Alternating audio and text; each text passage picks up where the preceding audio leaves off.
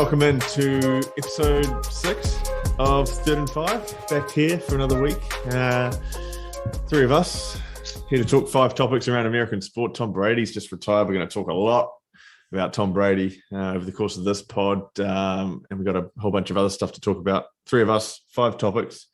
Should be a good bit of fun for the next hour or so. James Thwaites to my right, Dave Rice over on the other side. How are we, gents? Good. I'm going to jump in like straight off the bat here because we always have this weird, awkward silence where I'm looking at you, you're looking at me. We don't know who to talk first, so I'm just going straight in. I'm doing great, mate.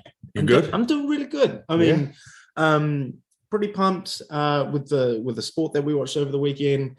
Kind of getting sad again. That kind of like that loneliness is creeping in where I'm like, I know there's not much football left, but gonna have an exciting off season. It's actually getting to a point where it is arguably the worst time of year when post Super Bowl, and even now, like you've only got one meaningful game of football in the next 2 weeks. Yeah, and in basketball, still not quite. The NBA is not quite at the sort of ramping up to playoffs yet.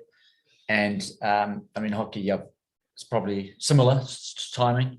And then you've got obviously baseball at the moment. We don't even know if they're going to have a season starting. So well, that's the thing is that usually you get Super Bowl and it's sort of like this thing with the end of the Super Bowl. It's like, okay, now baseball's on the menu and baseball's coming up, but now we're looking at it like, anyone that's not following this, basically Major League Baseball and the Players Union are basically, as far apart as possible and don't look like coming together anytime soon. And there's a real chance that the season might not start on time. So it's actually a time where like I'd probably revert to sort of non-American sports, like there might be rugby, there's Six Nations on, there's Premier League starting to heat up, or like Champions League will have playoffs.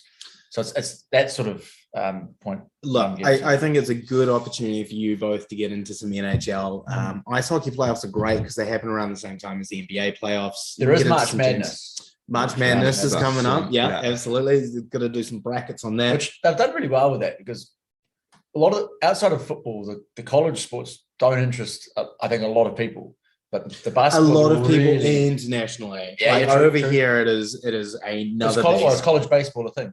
Oh, I don't know about college baseball, but college hockey. I've seen a college hockey game, and there was the three people. The thing with baseball is that when players are drafted out of college, they've still got about 5 years to go to they're in the majors. So you're not quite like seeing those guys that are just on the cusp of the major league. They're still a long way off. Whereas in football and basketball, these guys are drafted and they're pretty much playing. Well, I think the problem with basketball that I see is they only play 1 year. Any decent player only plays 1 year. Now what you're starting to see is some of these top guys. I know, LaMelo Ball went to Australia to play. So guys are playing professionally, whether it's in Australia, it might be in Europe somewhere. So they're basically, I can earn money. And also, I think it's not a bad idea for some of these young guys to learn their craft with some older, like wily sort of players, as opposed to being a superstar with 18-year-olds, which has still got its own merits. But I think it worked really well in the Melo's case. Yeah, I mean, like there's also the other thing where you potentially don't have the best coaches or facilities around you.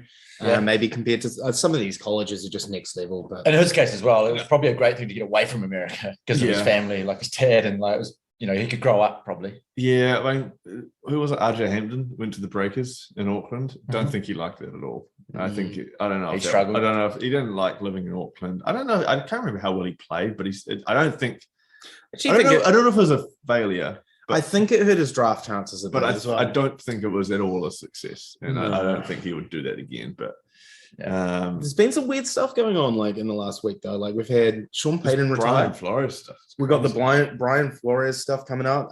For those that don't know, he was the head coach of the Dolphins. Actually a pretty outstanding coach. Yeah, I was surprised that they got rid of him. Yeah, I think a lot of people were. And then he's suing the NFL. There is a whole bunch of stuff in there which does not look good for the league. He's suggesting that racism is in the league, which, especially when it comes to head coaching positions, which I don't think is too far-fetched at all. I think he's pretty accurate with that. I think he's also said that the owner of the Dolphins would pay him $100,000 for each game he lost when they were tanking in that season with the tank for Tua, which ended up they still got Tua, but Trevor Lawrence obviously went to the Jags. I think that and then also Flores has claimed that the owner was pressuring him to recruit a prominent quarterback, which is probably Deshaun Watson, at the end of the 2019 season. Flores refused because it violates tampering rules. And then the owner of the Dolphins then invited Flores onto a yacht for a lunch, where he informed Flores that that prominent quarterback was conveniently randomly showing up. Outside of that, I think have the Dolphins hired a new coach? Because who is going to want to work as a coach under that owner now? I don't know, but NFL owners have a lot to answer for. I think Brian Flores brings up a very good point. At the moment, there is one black head coach in the NFL who is Mike Tomlin.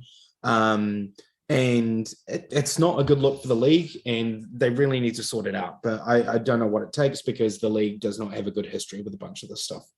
Outside of that, we've got the same with the owners. Like, it's not very diversified owners. Not all diversified owners, yeah. No, so I know I was just talking about that before. But speaking of owners, the Broncos is putting the team up for sale. So they're going to be sold before the 2022 season, which is pretty exciting. I saw Forbes valued them at $3.75 billion. Who are the owners currently? Like an American family? Or probably a white American family. It is, yeah. Bolin, I think it is. And basically the head of the family died. That's interesting, yeah. Okay. You don't see that many sales. So well, the last one was the Panthers in 2018, and it went for $2.2 billion. So maybe there's a new owner coming in and wants to make a splash and goes out and gets Aaron Rodgers to lead the Broncos. Yeah, we'll see. You want that. Well, it's going to be. It'll be interesting to see the timing of it. You want that sale to happen ASAP, so then the new owner can come in with new owners probably want to make a bit of an impact early doors. I think the Broncos are a pretty cool team. We'll see. Yeah. I mean, Sean Payton retired. He's probably going to come back in the year and coach. He's coming back. Yeah. He's 58. He's coming back, I'm sure. And then we've got probably the most exciting Super Bowl halftime show that I can remember in a long, long time coming up. We got Dr. Dre, we got Eminem, we got Mary J. Blige, we got Kendrick Lamar. Like, how do they fit them all in? This is crazy. Funnily enough, this is probably the closest Detroit will ever get to a Super Bowl, with Matt Stafford being the quarterback for the Rams and Eminem being in the halftime show. That's true. Yeah, it's going to be good. I mean, we're going to talk a lot about the Super Bowl, I think, probably on next week's episode, given we got the Pro Bowl this week. Yeah. Just on that as well, the Pro Bowl.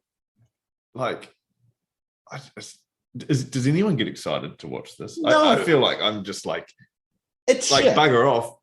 Let's get the Super Bowl on. Let's continue the momentum of one of the greatest NFL playoffs. I think, I don't really know the NFL history, but it's certainly one of the great playoffs that I've ever seen, and keep going into the Super Bowl. And here we are doing this Mickey Mouse Pro Bowl. Pro Bowl's rubbish. It's always like awful to watch. It's not exciting. They've tried bringing in like the skill games and stuff to make it more exciting. It's worse than the NBA All-Star Game. I actually kind of like the NBA All-Star Game. It's definitely the worst one there is. Realistically, all it is at the end of the day is for players to get bonuses when they get elected to some of those Pro Bowl teams. Yeah, I feel like that's more than anything. And because even for guys that, like, I know Josh Allen declined, but I presume he still gets recognized as a Pro Bowl selection. Yeah. I think he's declined for health, to sort of look after his body because of such a sort of tough postseason. But yeah, I would have thought you still get the recognition. I think that's exactly what it is. It's more that recognition of being an all-star, or in this case, a Pro Bowl. As opposed to being anything. These guys aren't trying to hurt each other. It's just a bit of a...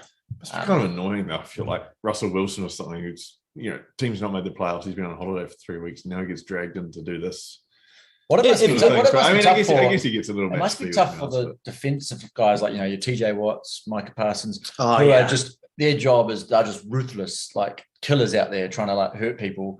And then they go into the game where they must do nothing. I'll be interesting. That's probably the one thing I want to see is like, is TJ Watt trying to rip the quarterback's head off? I doubt it. Yeah, it's a lot of push. It takes a lot of that out of it, which, and these guys are stars. But you said it the other day, and I kind of agree where, your thoughts were one sport where this could work, where, and would actually be quite interesting to watch would be in golf. Yeah. And I think that's real valid. I kind of agree with that where, these guys are so gifted and so good at what they do, and I think it could be, they're in front of a tree trying to hit it over. Yeah, they have driving contest. I want to see the top 20 guys on the PGA Tour play top golf. Oh, that would be epic. And for those that don't know what top golf is, it's basically like they've gamified golf. at a driving range, and they've got holes across these courses that are color coded. Baskets you got to get. It's amazing. It's a great game. But the Winter Olympics are starting soon, which I'm super excited about. I actually have gotten really into the Winter Olympics. It's being over here. Ice hockey, even though they don't have the NHL. Where is it again? China. So what's the time zone for? It's not good us for here? us. No, probably better for New Zealand then. Very good for New Zealand. Very bad for us. Yeah, so February the 4th to the 20th. So it's going to be probably looking at kind of highlight type. It'll be hard. So there's some good Kiwis there. Skiers. Nico Porteous is a good, I think, a good medal chance. Nice. So hopefully there's but it's always fun. I always like, my favorites was the was it the luge or what's the one that they bobsled? Yeah, they go down there. Cool Runnings. Yeah, Cool Runnings. Yeah, that's the one. Yeah, all-time great movie. It's hard to remember the movie when it came out before you were born. It's true. The speed at which they go down those things is insane, though. We're not going to talk Winter Olympics though on this podcast much more. I think there's really only one topic to lead things off with. That's Tom Brady. So we saw all the reports over the weekend from Adam Schefter and the likes saying that he was retiring. He came out and denied those and said he was still considering things. But today he's confirmed it himself that he's retiring. Age 44, 7 Super Bowls, 6 in New England, 1 in Tampa Bay. I think he's pretty much undisputed the greatest of all time in the NFL. Yeah, I mean, it's hard to argue with that, I think. I would like to see somebody argue with it because it just realistically, playing for that long at that level, setting that many records, having that many Super Bowls. I really do believe, I used to think that winning an NBA championship was harder. I think winning a Super Bowl is far harder than an NBA championship. If you have a bad day in a 7-game series, you can pick it back up. This is harder though, I think. And to do that, and look, I'll be the first to put my hand up and admit, Tom Brady, there are some Super Bowls he got very lucky to get a win. I mean, the Seattle one. Yeah, Seattle one's the one that comes to mind. But I mean, greatest of all time. It just the records he's got. Most Super Bowl appearances at 10. Most Super Bowls by a player at 7, which is more than all these other ones. It is just crazy the amount of yards he's thrown for. His passing yards, 97,569. And to put that in perspective, that's just under 7 kilometers of passing yards over his career, which is just insanity. I think as well, what really, to me, kind of even just adds to his sort of resume is the fact that he went to a semi-struggling franchise. Yes, they got a bit of help around it, but he took the Bucks pretty quickly.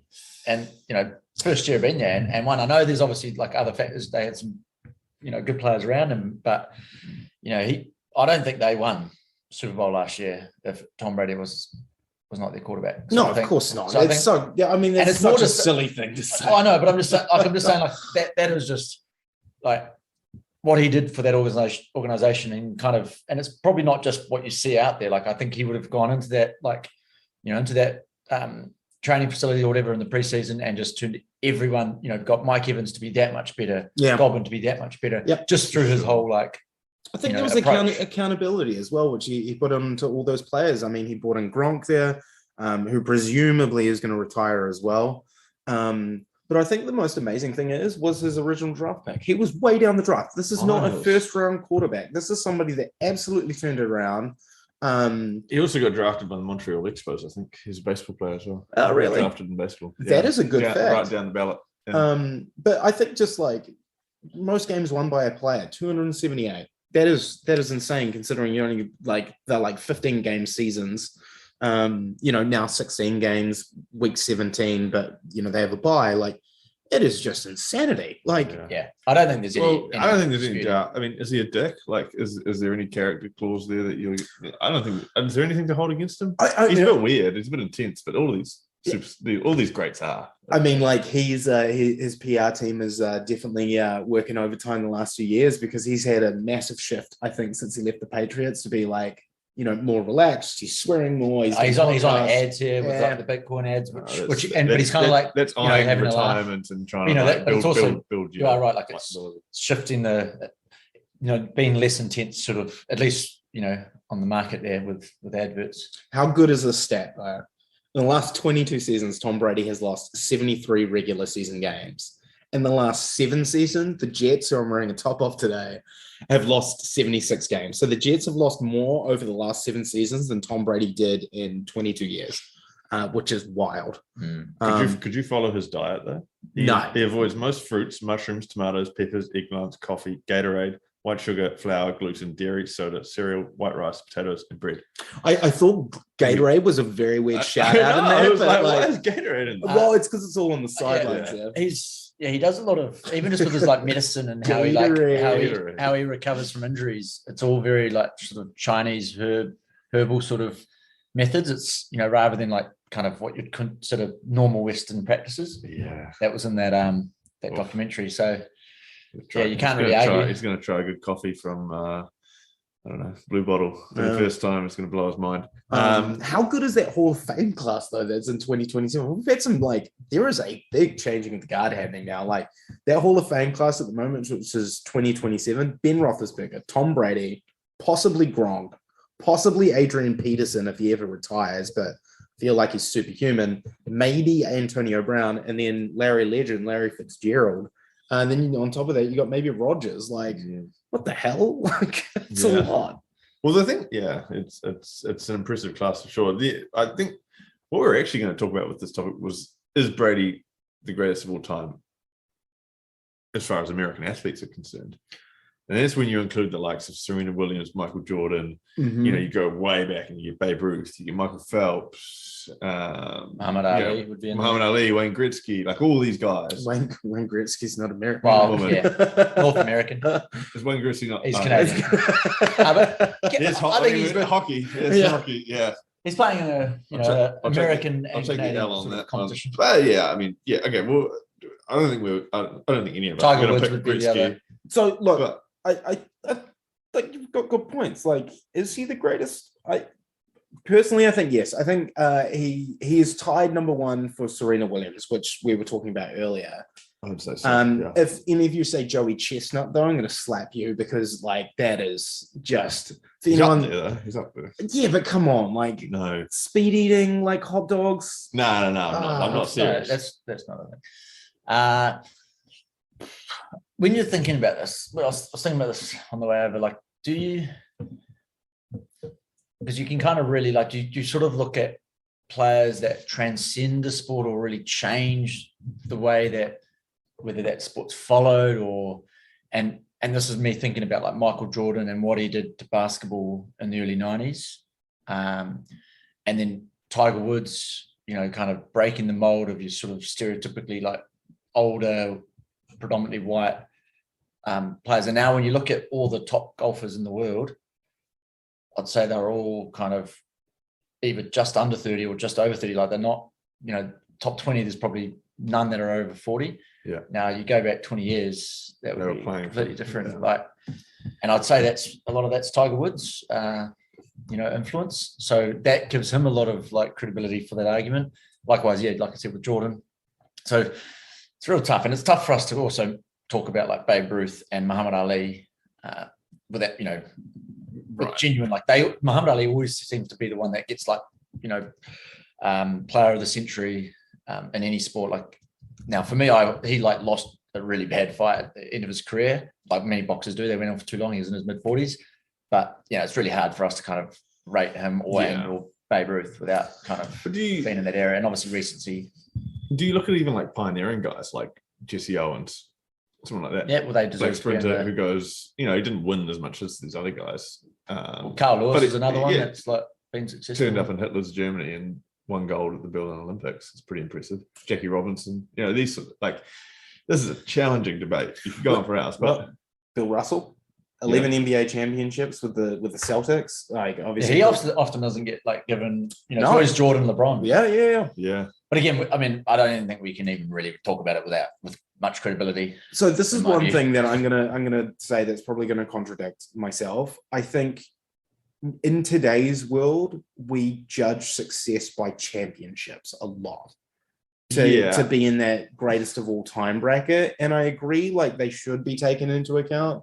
And I know this is another debate, but this is where I like really hate that LeBron, Michael Jordan argument because they start looking at championships. Championships are like it's not an even playing field because it's like playoffs are more of a lottery in certain sports than they are in other sports, and in certain eras than other eras. Yep. You know, like I keep talking about baseball, but I follow it closely, and like you can be a brilliant team in the regular season and get to the playoffs, and it's a bit of a crapshoot. Yeah.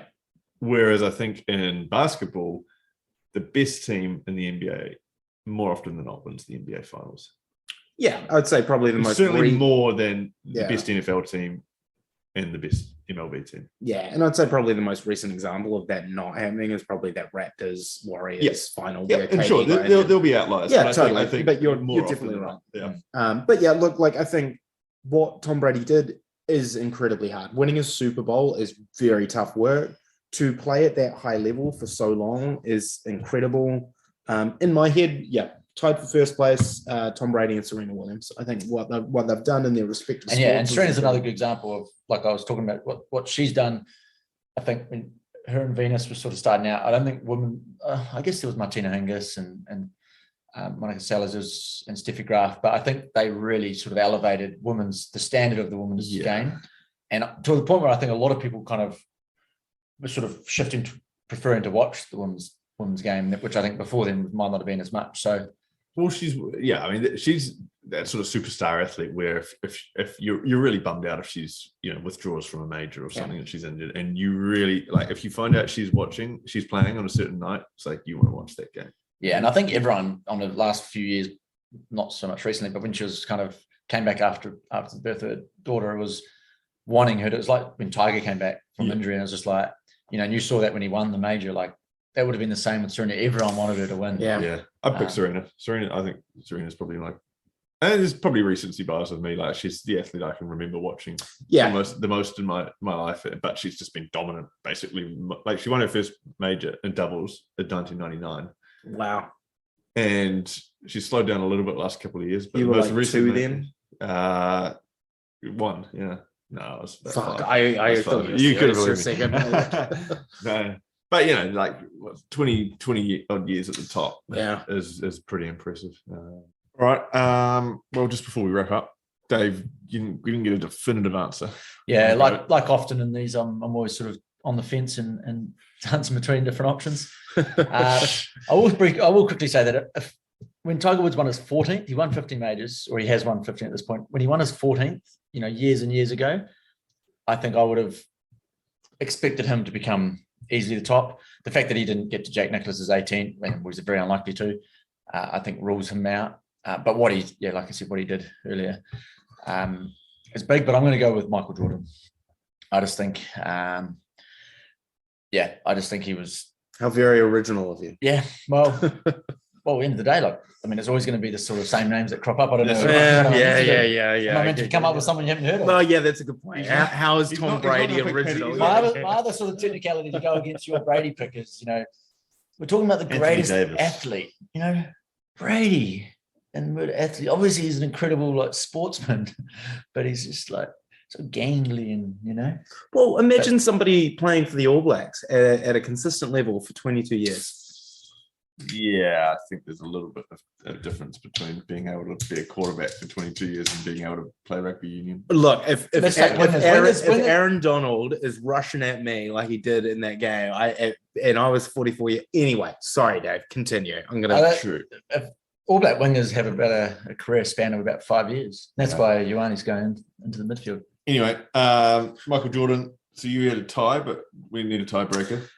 We have in my head it's a tie between Serena and Tom Brady. I'll go with Tom Brady just for argument's sake today. Good stuff, Serena Williams, and for me. So there you have it. Let us know yours on the social medias. On the social media. All of the medias. Let's talk about the NFL.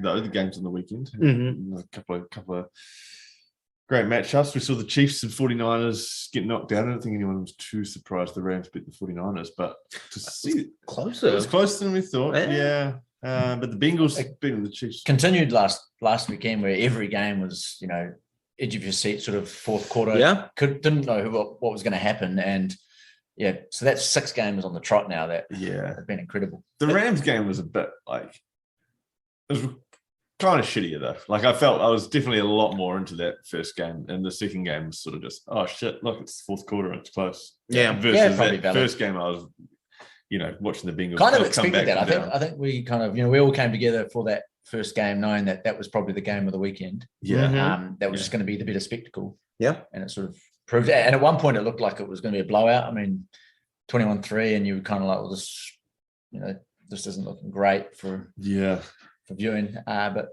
yeah, great. The viewership numbers were pretty high. Like I think they might have set records, maybe not, but it was one was 47 point something million, the other was 50 million. Obviously, that's just US viewers as well, which is pretty still cool. Like 1 in 8 people. In America, which is pretty insane. Yeah, totally. That's incredible. Watching numbers. But anyway, let's start with we're going to look at the Chiefs and 49ers and what they do next. So let's start with the Chiefs, because I don't think there's probably too much that they need to do. But are they like concerned here that they're becoming postseason chokers at all? No, I don't think so. Oh, well, Dave, you go ahead and then I can just tear you to bits on your opinion.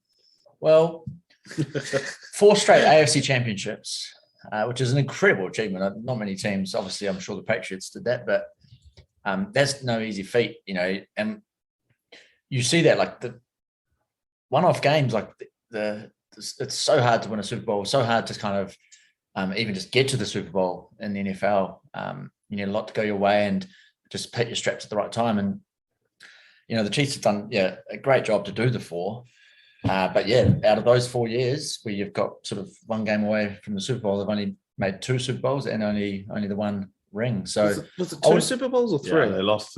They lost to the Patriots and then lost to the 37-31 overtime. So, I mean, that was a bit unlucky. But I wouldn't necessarily call them chokers just yet. But I guess where that choker tag might be coming is that second half was, Patrick Mahomes at his worst. He looked rattled, like completely rattled.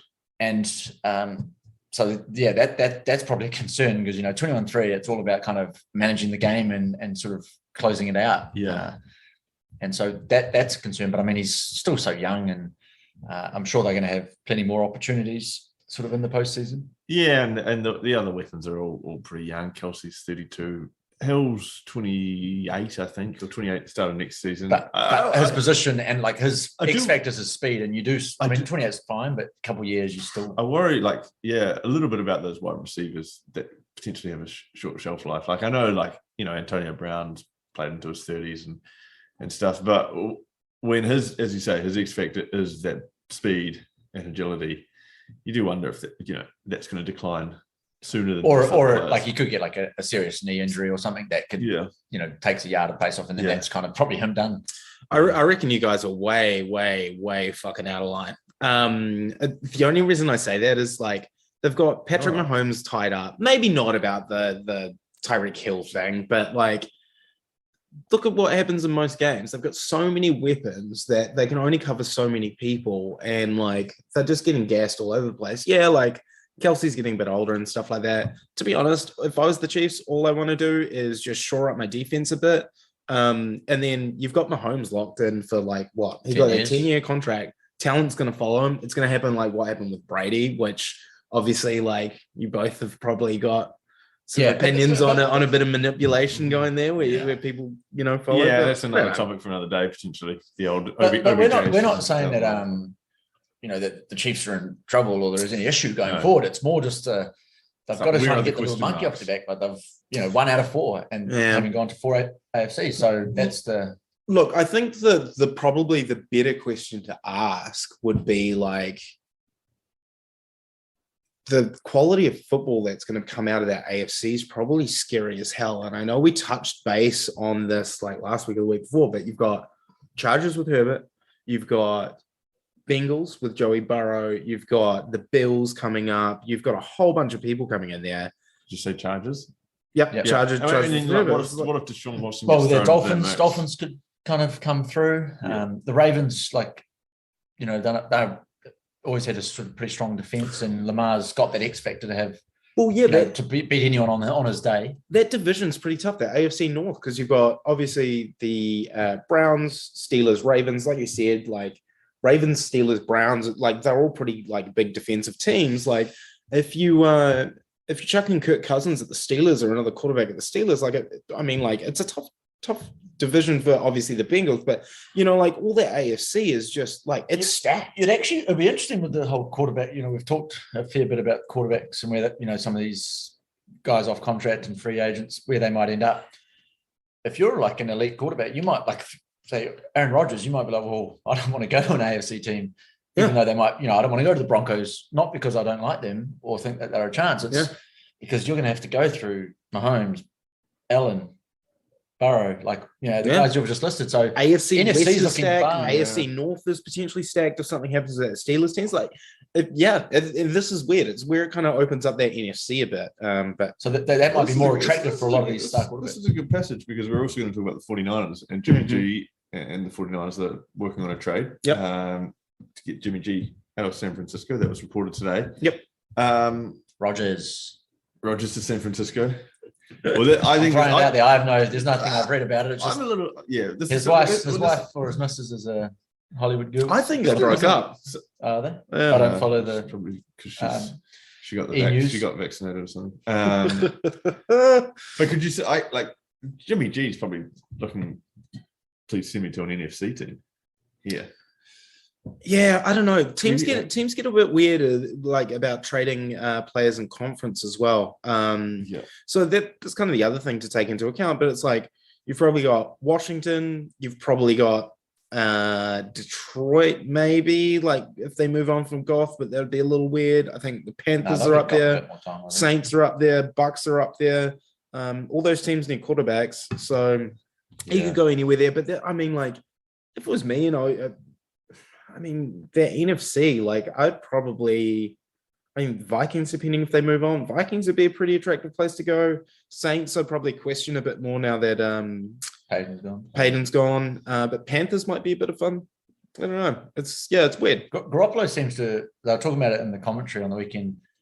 The players love him and really have sort of the trust in him. So, he gets a lot of flack. What a fucking fans and media play though at the end his career. In San Francisco. I know their hopes are pretty low anyway, but it wasn't. It is weird though, because Jimmy G has actually done really well in San Francisco. He's 31-15 at the 49ers. He's had a couple of seasons where he's had injuries, so he's been, not playing. Shanahan, he's got a great record, absolutely. Yeah, Shanahan's a fantastic coach. 49ers are in a great place, I think, with I agree. But then is Trey Lance your guy? It doesn't matter if they can make it work with Jimmy G, make it work with those short balls. Look, make it work, but what if there's a better quarterback than Trey Lance around? There was in the draft, and they didn't take Mac Jones because they're idiots. But I don't know. I just wonder if they had a deep run. Now they've now potentially a chance to really push a bit and get upgrade a quarterback potentially. They definitely and not wait. They definitely made their bed with Trey Lance. They were the ones that they picked him at 3, right? And no one. I don't think anyone else were looking at him that closely. Yeah. So they've obviously seen things in him that they really like. So they'll probably just end up running Deebo Samuel at quarterback, and he'll do everything anyway. But I think Lance is more athletic than Garoppolo, more. So maybe they'll look at he's not Taysom Hill, but he could be more of a is it Marcus Mariota, who they guys like that where they bring in who are often run plays. Yeah. And then you could have Jimmy G doing sort of normal. The other thing is Jimmy G's got them to a Super Bowl against the Chiefs in what was it? 2-3 years ago. Yeah. And then almost got them into the Super Bowl now. Well, not all behind Jimmy G, obviously, because that 49ers defense was amazing and lights out. But credit where credit's due. To do that's pretty hard. Goff did it obviously as well, and Goff's not fantastic, but to do it twice or to get to 2 NFC championships. I don't think as bad as everyone thinks, and also he's been pretty banged up all through the playoffs as well, which I think people forget about. Yeah, I think he deserves credit for sure. Yeah. But yeah, it'll be interesting to see where he goes. I'm sure whatever team he lands on, that team's fans will be super pissed off about it, and they will absolutely write him off. But yeah, it's funny player. One of those players that's there's a lot of for me controversy. An image of me and that really stands out is probably it's one of the most iconic moments of Brady's career, where it's the intercept against the Seahawks, because obviously they're the two quarterbacks for the Patriots at the time. And Brady, it's obviously as a quarterback in this situation, it's probably the hardest thing to do, where you out of control, probably expecting to lose because they've got Marshawn Lynch and they're 1 yard out. And Brady's just jumping up and down. It's kind of like an iconic moment. And what sticks out is Garoppolo's behind him trying to kind of reach in, and Brady doesn't realize he's there and just goes off. But yeah, it's Unlucky. it's pretty interesting. I think the 49ers will be all right. I feel like Shanahan can coach them through it with Trey Lance. Trey Lance will get more time. And it, like you said, Deebo Samuels, that whole wide back position where it's half wide receiver, half running back. They don't need a quarterback. It's just put Deebo. Yeah. I actually saw a stat. Tough division. I saw a stat. So Kyle Shanahan, I can't remember what the qualification was, but it's his 3 playoff losses, which I think one was in 2016, one was 2019, which would have been the Super Bowl, and then the one on the weekend. Those 3 losses in the fourth quarter, 53-0 cumulative loss. As in points scored against them? So conceded 53 points, scored none in the fourth quarter in those 3 losses. I wonder how many of those are from that Chiefs Super Bowl loss, because they got it was 21. I think it was 21. Okay, still no points scored. But 21. It was still 53. There's still 32 in the other 2. It's horrendous. I know that. Yeah, that's probably the most, but that's not great. It's a bad trend to have, and obviously a very good coach, and and done well to get 49ers there. Yeah. But and they were written off halfway through the season. They were absolutely written off. We wrote them off every single game of the playoff. Well, maybe not we, but I definitely did. I didn't think they were beating the Packers at all, or the Cowboys. Any of these games. And it was close in the weekend as well, which is ridiculous. And the one thing I don't like about Shanahan is his weird hat. I was just going to say, he's got to drop the hat. He looks weird. He does look weird. I don't know what it is. He's not a hat guy. He's trying to make himself be a hat guy. What do they call those ones that are flat? Yeah, it's just way too flat. Probably just called flat caps. Oh, it's weird. Yeah, it's weird. I don't know. Good on him. Good coach. Bad hat sense. Yeah. Yep. That's another topic for another day. Absolutely. Best dressed coach in the NFL. Why don't they rock the suit more, like English football? I'd love to see a coach just really I guess because they're marching up and down the sideline. They're more active. Yeah. Well, more active, as you can picture Andy Reid in your head, who is probably 150 plus kilos. If Belichick and Reid aren't wearing suits, then Sean McVay's definitely not. He's ready to go for a marathon, every game. He looks like a dick, by the way. Who? Sean McVay. Sean McVay. I reckon he'd be a massive dick. I know we're on our podcast, but there is a good podcast with him called Flying Coach, and it's actually pretty interesting. He comes off great, but him. He's definitely he's a Chad. I think he's a Chad. He's definitely a jock. You saw him in the speech, when they were getting presented the championship. And he's just like a hype man. He would take beer pong way too seriously. Yeah, I think I said he sounds to me like PC Principal of South Park, which is not that's not a compliment for him. Zach Taylor's pretty well dressed. Bengals coach, because we're going to talk about the Bengals now. Yeah, well, Zach Taylor, McVay, and Shanahan all coached together. We really spoke about that last year, and then. I don't know if anyone was following the NFL, but like I said last week, there was anyone was following the NFL. Wow, a couple of seasons ago, when everyone was like, "Oh, who's the next McVay?" and they made all these head coaching hires. These are the guys that they were all hiring at the time, and they've all worked out well. Yeah, so it's interesting. But yeah, that's another topic. So what about the Bengals? Because they have exceeded expectations this year. Mm-hmm. I would say almost effectively a rookie quarterback, given Joe Burrow. He played a handful of games and then did his knee, leading them to the Super Bowl, looking absolutely brilliant, doing it. It's hard. I'm not going to say like they're starting a dynasty now, but is there potential here for this to be a bit of a dynasty, given that they're already above where they were probably expecting to be at this stage of Joe Burrow. And they've got some great players in there around Joe Burrow and potential to improve. I think the arguments for is this guy's just a stone cold killer and winner. I think he has. I think as it stands, I mean, it's obviously a pretty small sample, but he's never lost a playoff game. I think he won one of the bowl games in his first year with LSU. They then went on to be unbeaten in his famous year where he was an absolute freak. I think that would have been must have been possibly 3 playoff games, and then obviously now. So when the big games matter, and when you look at his numbers, hang on, Kyler Murray never lost in like high school and college. Yeah, but and then like you're saying like that helps Joe Burrow when it doesn't help Kyler Murray. When he's done that, he's now and pushed it onto the NFL playoffs and done it here as well. Won 3 games that everyone expected him to lose. Like that, I'm just saying. Like that's this probably guy, the difference between Burrow and Murray. Yeah, Murray hasn't done it yet. Okay. Absolutely. I don't. I'm not bringing in high school into it.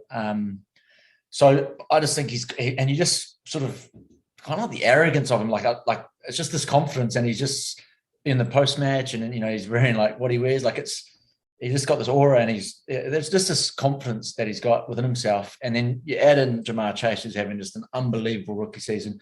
T. Higgins, who's also just the second year. So, you've got I don't know how Boyd is, but you've definitely got 2 big weapons they use that are like very young. So they've definitely got that. And, I think they'll just continue to build around, when you've got that core nucleus of like, these are our sort of special, sort of like our star players or playmakers, you build around that, And we touched on this with the Chiefs. It's like, if Burrow's led this team to a Super Bowl, other players are going to want to go to Cincinnati all of a sudden. Like they're going to think, hey, we can go. We can go places with this guy. Like players have gone to Green Bay, like not necessarily a desirable destination, but because they're on the back of Rodgers. So absolutely. And, they want to get on the cigars with the boys. Yeah. So I think there is definitely that argument. The counter argument, and I'm sure you'll agree, is it's in the AFC, which has just got this logjam. Like everyone it feels like Josh Allen's going to be in the Super Bowl in the next few years.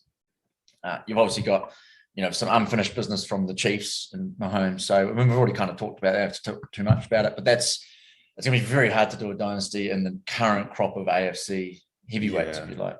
I think we're going to do a topic in the offseason. It's going to be like, who is going to be the team that wins the most AFC titles in the next decade? Yeah. Because I reckon there's like 4 teams that could.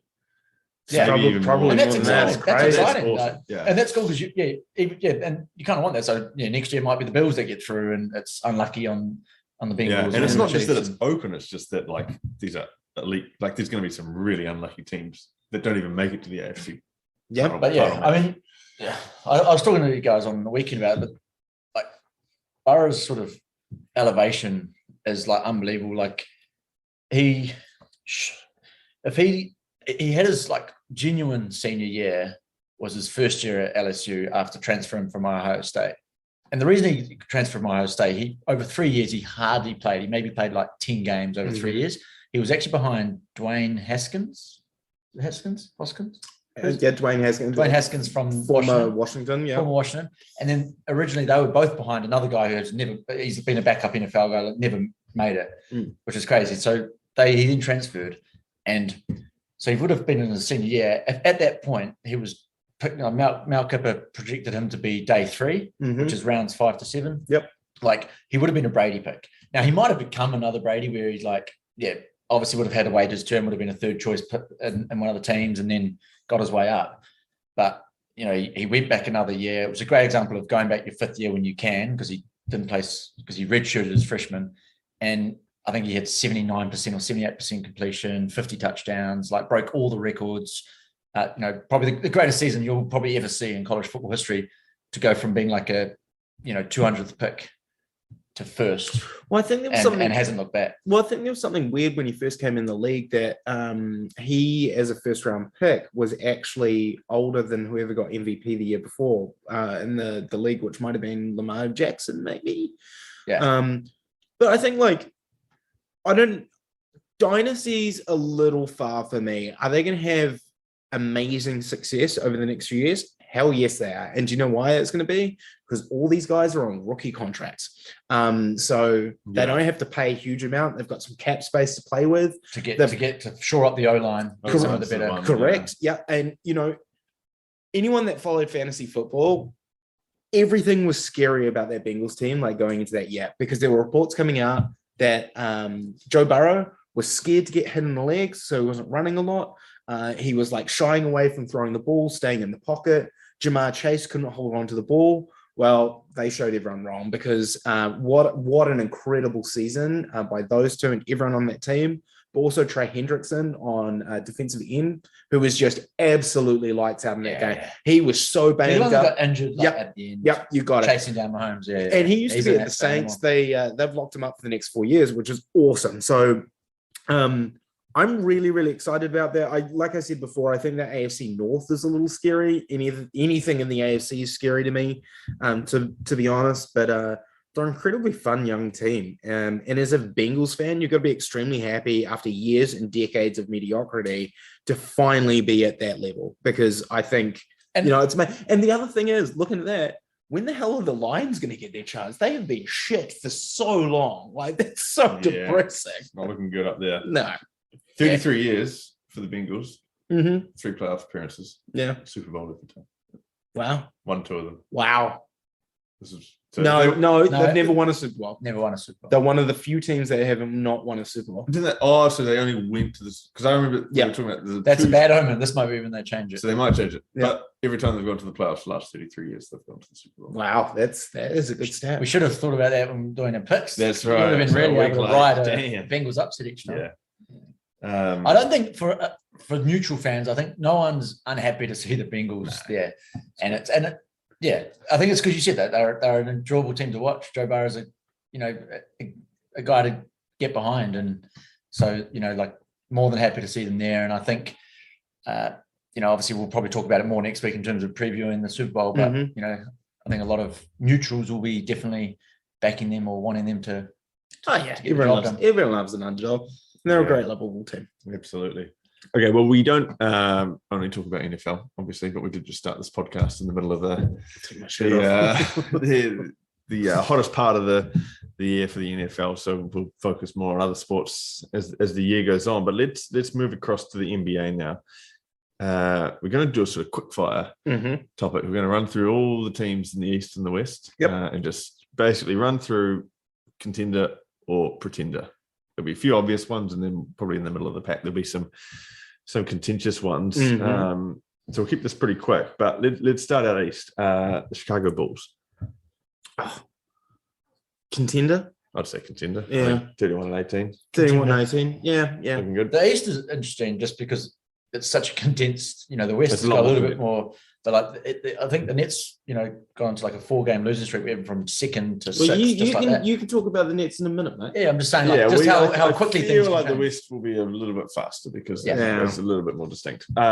Second, Miami Heat, 32-19. Contenders. Loving Jimmy Butler, Tyler Hero. Yeah. Need PJ Tucker to be more consistent. A couple of tough losses recently, though. Definitely a contender. Yeah. 76ers, contender for me. Joel Embiid's playing. Having a monster year without Ben Simmons. Yeah, contender for sure. Contender. Cleveland Cavaliers, pretenders. Yeah, 31-20. Yeah, honestly, they're probably going to stay as high as they are because they got a fairly easy Feb, and then they've got a tough March and April. So I think they'll still be in that playoff spot, but I think they're going to be one and done in the playoffs.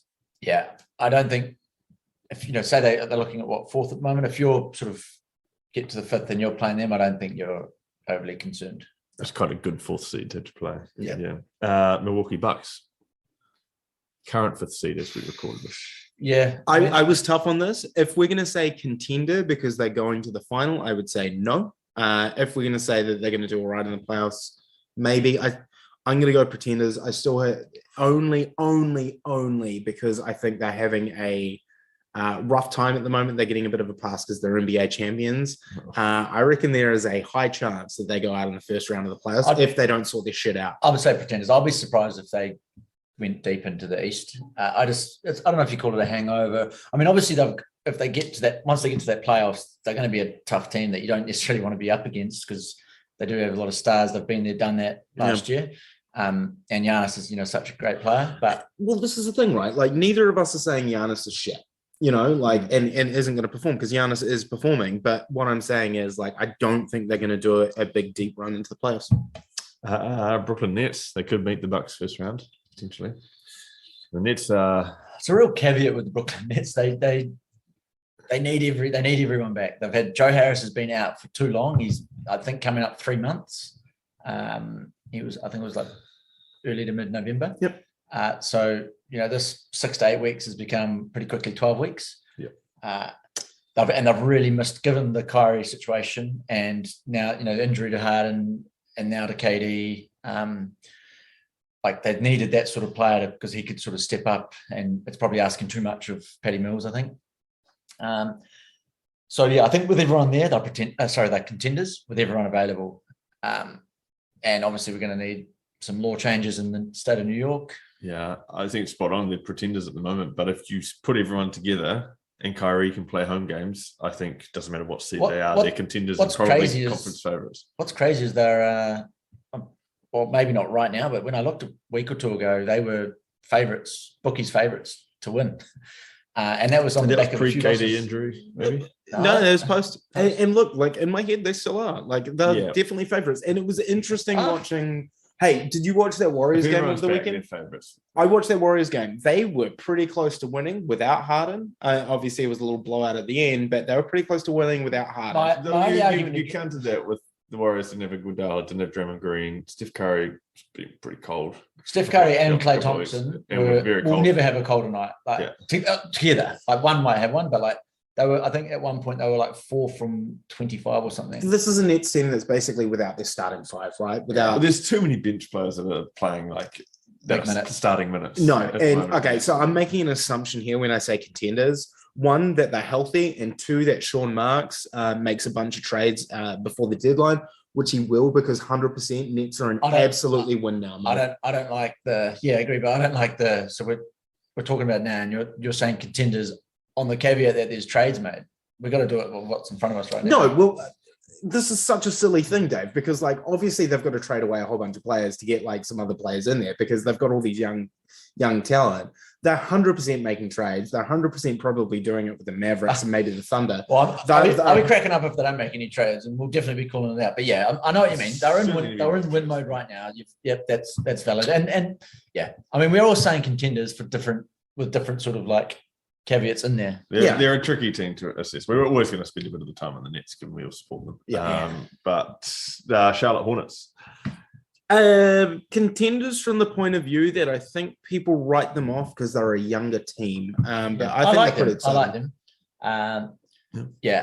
I don't know if they're going to sort of make a deep run, but I think they'll definitely be, in the playoffs and a tricky opponent in that first round. What do you reckon the odds are that Michael Jordan has a heart attack watching that team? Did you see him watching the other day when he's just walking out, like when the game got close? Greatest athlete.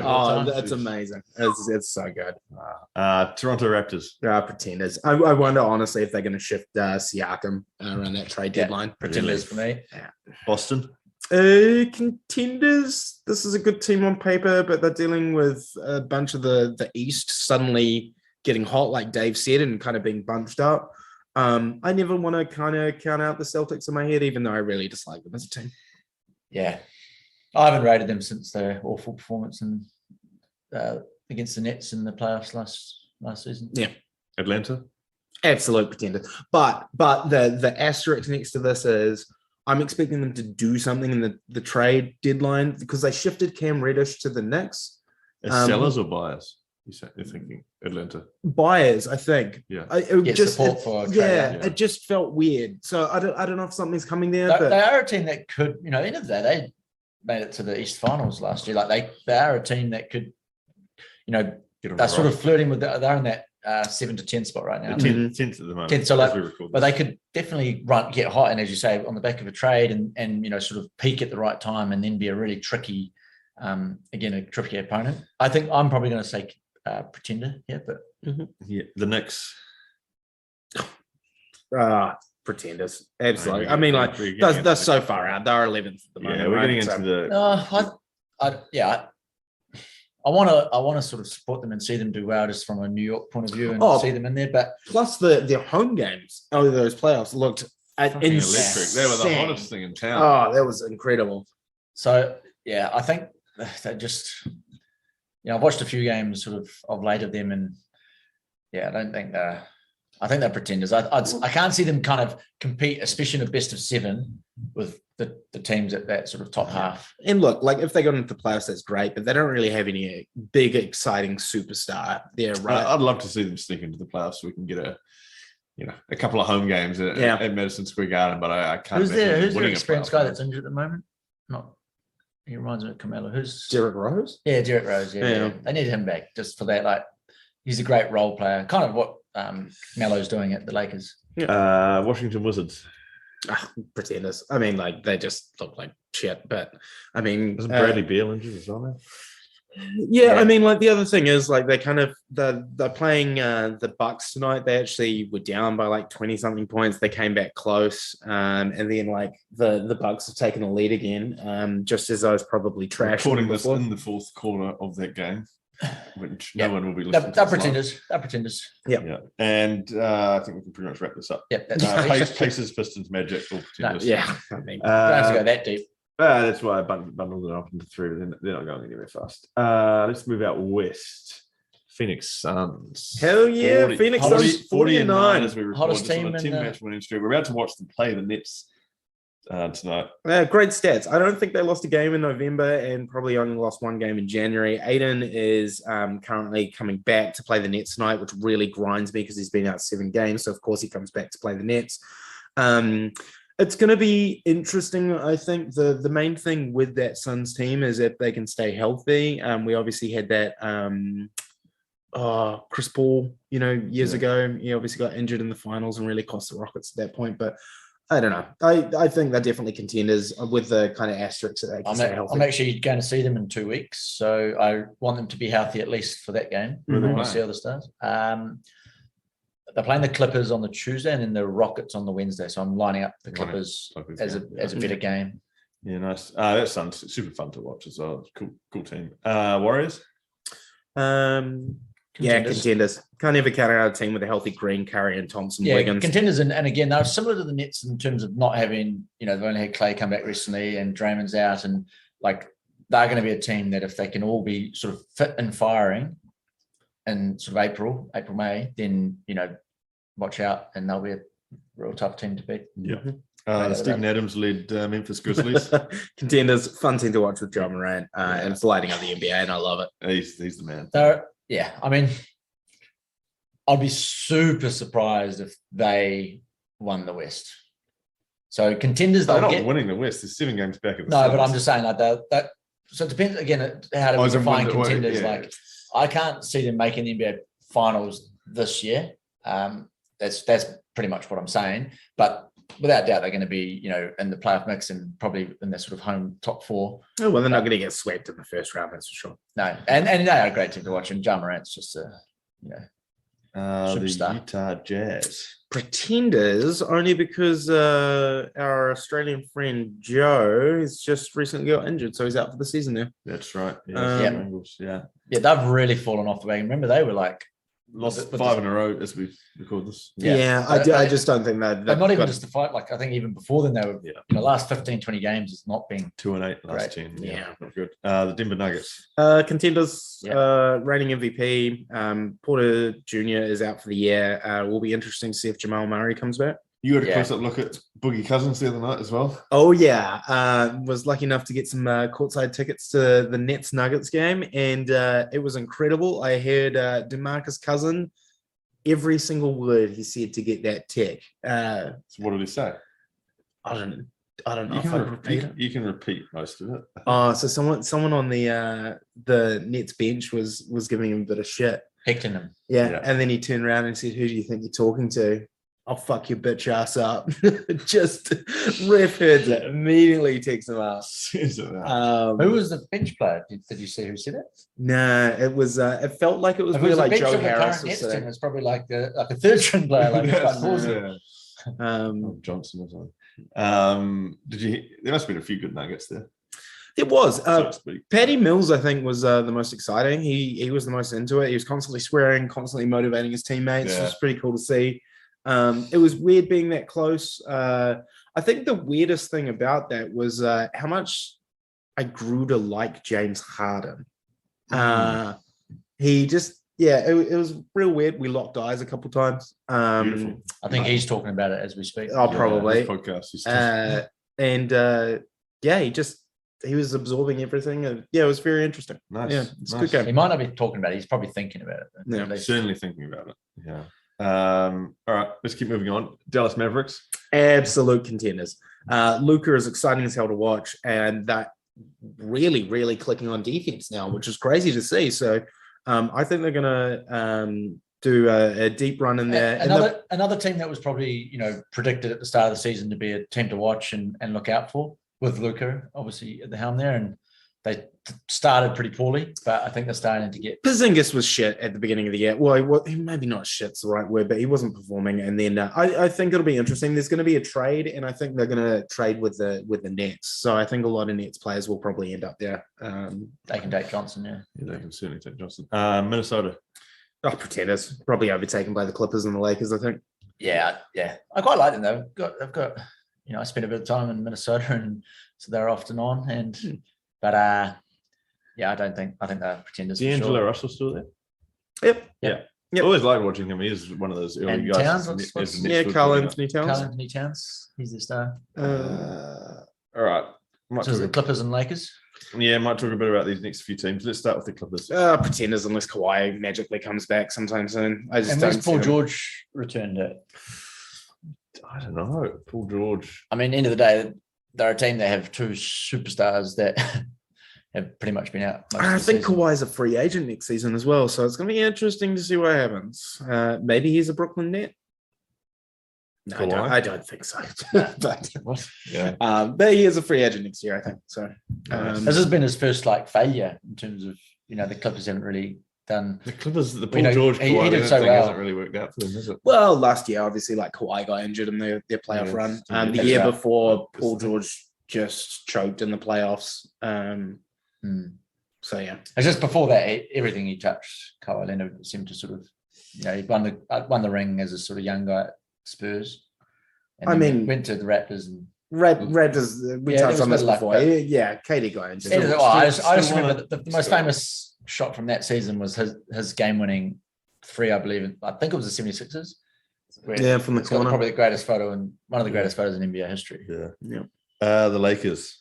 I think you've always got to consider them contenders with that squad. But they're like the Nets. They've definitely had injury trouble. So if they can stay healthy, Westbrook can shake off more of that rust.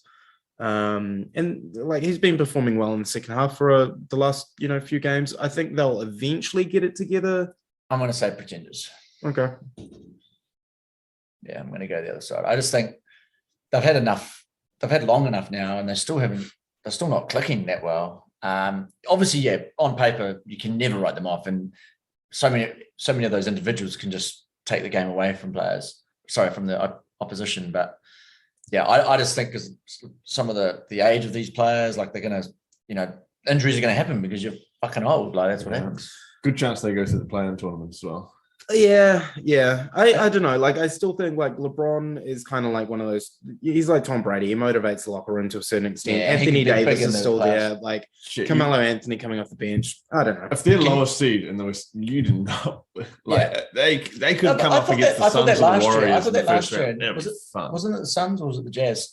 Whoever, because it was exactly the same thing last year, and they just dominated him. Yeah, so I think if the Suns and the Warriors faced him, I just think they're in much better form. I don't think they will be scared of him. No. So I mean, it is a stitch up to have to be first or second seed and then get that Lakers squad or team. They'll certainly believe, but it's certainly going to as far as first round matchups go, it's going to be fun. Yeah, LeBron against the Warriors or the Suns or someone. Oh yeah, it's going to be great first round. Portland Trailblazers. Absolute pretenders without some superstar support for Dame and he's been out of touch. I mean, he's had core surgery. Pretenders. Waste of time. Yep. I think we're getting into that zone now. Spurs. Pretenders. Pelicans. I mean, Kings, Pelicans, Thunder, Zion's Rockets. still done. Like, so yeah. That's enough. You don't reckon the Rockets are gonna maybe the Thunder? So What, there was the- Josh Giddey, that Australian kid. But who we need to eventually talk about because No, but, he yeah. is. No, he's incredible. great, but none of those teams are going anywhere. Nah. Yeah, he's great. 19 years old. Also came from the Adelaide 36ers. Yeah. Putting up LeBron-esque and Luka-esque numbers as well at such a young age for a teenager, which is pretty wild. Obviously, like a bit of a shit team he's on at the moment, but yeah, we'll see. He's definitely one to keep an eye on at the moment, for sure. Yeah. All right. Well, roughly 30 games or so left, I think, for most teams. Thereabouts. So Is it that many? Wow. yeah. Yes, about 50 to 55 games played by most teams. So obviously still plenty of time for things to shake out a little bit and the orders to move. So lots to follow. All right, let's wrap up this episode with the weekly multis. No success for any of us last week. Should we run? Oh, I did close. terribly. I was You- close you- with 3. All three of yours. Yeah. Again, whoever the hell listened to me, I'm so sorry. I promise I'll be better when regular season NFL starts. These ones have been just horrific. Dave got 2 out of 3. Yeah. I got 1 out of 3. Thwaite's none. Yep. Thwaite just the Chiefs minus. Cooper 7. Cup one was good. He went easily over the 100 yards. Yeah. Just before we jump in though, I've got a good would you rather.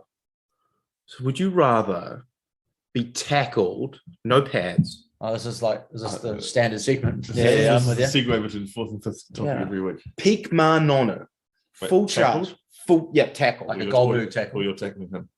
He's tackling you. He's got a, let's call it 10-meter run up. Or Am I moving? Or am I just like no, you are standing still. Or an Yeah. unblocked Aaron Donald at half that distance. Um,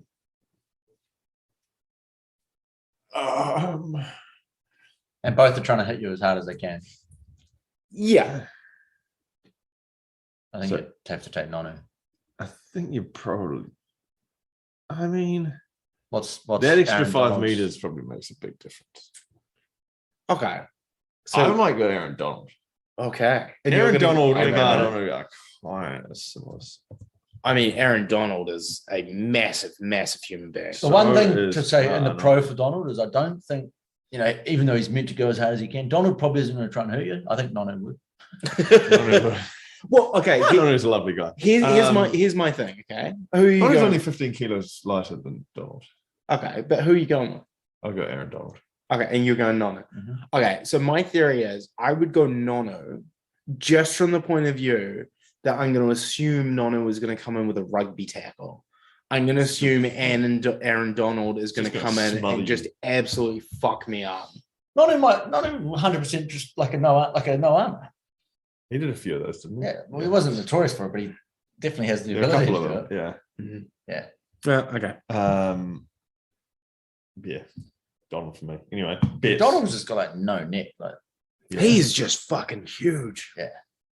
But Nono, It's like cartoon Nono over characters. 10 meters can run pretty fast. So Nono's coming in with a lot of force. Yeah. I don't think Donald over 5 meters is coming in with quite the same. Donald, yeah, he's. I mean, they're both, obviously, Yeah. I'm not saying I enjoy it or anything.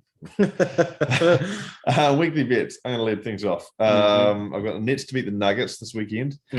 I saw them. I was at their game as well, not courtside. They ran the Nuggets pretty close, and they had none of their stars playing. They'll probably have Kyrie and Harden playing. Yep. So I'm going to back the Nets to beat good that. bet. And then other than that, we're kind of like scratching around for sports to follow. Yeah. So I'm going over to the UK. Start with the Six Nations, which kicks off this weekend. I'm going to go Wales to score the last try against Ireland. I think Ireland's going to hammer them, and Wales is going to get a consolation try at the end. Nice. And then going to go to the FA Cup and pick Everton to beat Brentford. Everton's got a new manager. Teams always win. Lampard. Oh, really? And they also picked up always win. And they picked up Dele Alli. Dele Alli as well. And We've digressed from maybe American sport. Van den Beek or something from Man United. Yeah, The Dutch online. midfielder. Yeah. Yeah. So they actually almost hired Rooney. It It was transfer deadline was yesterday. Yeah. Ah, So sure. a lot of activity. Yeah, Yeah. nice. So yeah, Everton with a new manager, I think, will beat Brentford. I like your bets. Paying over $2 as well to be. I'm jealous of your bets again. I'm having FOMO. Is that just to get through, or like are you going to put it on for victory at 90 minutes? I mean, good point. At over $2, it's the victory, right? That's the odds you're getting. Yeah. Victory at 90 minutes with those odds. Yeah, I like that. So I think Wales to score last round against Ireland's playing $2.50, and Nets to beat Nuggets. Odds aren't out for that yet, but it's just it will be kind of even. It'd be pretty even. I don't think the Nets will be big favourites. I think they might even be outsiders in Denver. Yeah, it depends if the Stars are playing. They might be favourites, but it'll be close regardless. Anyway, Dwight. Yeah, I'm going to copy you because I'm doing terribly, so I'm going to go Nets to beat the Nuggets as well. I'm going to take. Geez, both could be gone with the result. Yeah, it's right. I need some of your luck. I think it's the last game of the week. Yeah. You'll already be out. I'm going to take Ireland to win 13 plus Six Nations. And we touched on this before the pod, but I really hope Wales score the last try against Ireland just to bring the margin just to screw me over. Under 13 points. Kiwi Enscombe kicks to sideline conversion to. I want to see you all succeed, but no, that's all right. And then Ireland to win 13 plus, Nets to beat the Nuggets, and then UFC. I'm going to take Sean Strickland to beat to win on Saturday main card event, Sunday for those in New Zealand. Where has it been held? Jake Hermanson. I just don't fucking know, mate. I just saw the odds. I'm just, whether I guess it's an American. Sean Strickland. It's a powerful name. What's there not to like about that? It's left field. I like it. But ask less questions, please, Dave. Yeah, okay. On to you. All right.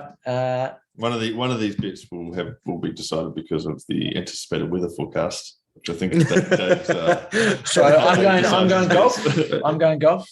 What's the weather like at this golf tournament? Who knows? California is so good. PGA Pro-Am at Pebble Beach. I'm going to go Jordan Spieth to finish in the top 10.